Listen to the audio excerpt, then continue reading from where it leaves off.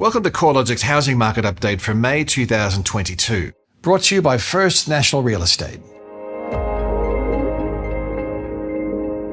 Housing values are still rising at the national level, however, with a rise of just 0.6% over the month, April's growth rate was the lowest reading since October 2020.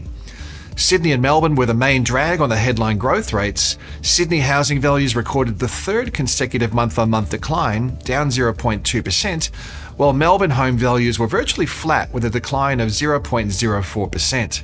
Technically, values are down over 3 of the past 5 months in Melbourne. Hobart also recorded a negative monthly change, down 0.3%, which was the city's first monthly fall in 22 months.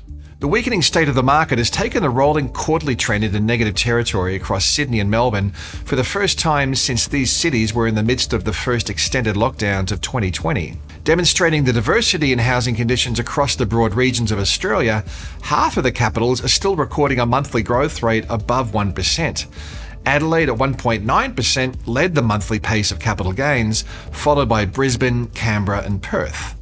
Although monthly growth rates remain high in these markets, the trend rate of growth is easing in these areas as well. Perth and Darwin are the exceptions where the rolling quarterly trend has gathered some steam since late last year. A rebound in migration rates as state and international borders reopen could partially explain the renewed exuberance, along with persistently low advertised stock levels and strong economic conditions, especially in WA. Regional Australian housing markets have been somewhat insulated from the slowdown, with housing values up 1.4% in April across the combined regionals index, compared with a 0.3% gain across the combined capitals. Advertised stock levels remain 42% below the previous 5-year average across the regions, while the volume of home sales is holding 20% above the previous 5-year average. The imbalance between available supply and demonstrated demand is a key factor supporting growth in housing prices across regional Australia. However, the trend rate of growth is generally slowing as affordability constraints become more challenging. Stretched housing affordability, higher fixed-term mortgage rates, a rise in listing numbers across some cities, and lower consumer sentiment have been weighing on housing conditions over the past year. With the Reserve Bank cash rate now rising, we are likely to see a further loss of momentum in housing conditions over the remainder of the year and into 2023. As the cash rate rises, variable mortgage rates will also trend higher, reducing borrowing capacity and impacting borrower serviceability assessments.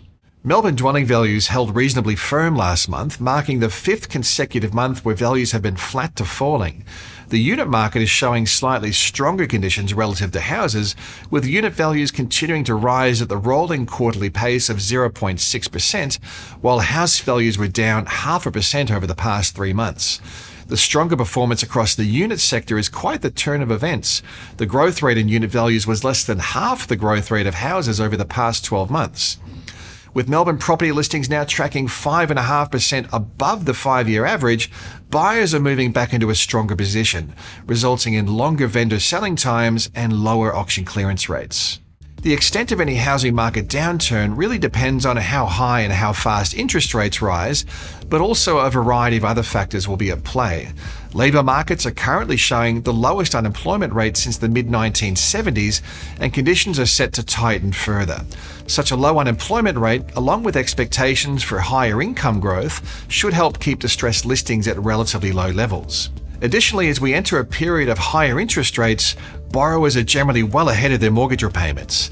The RBA has recently noted the median repayment buffer for owner-occupiers with a variable rate mortgage had grown to 21 months of scheduled repayments in February 2022, up from 10 months at the start of the pandemic.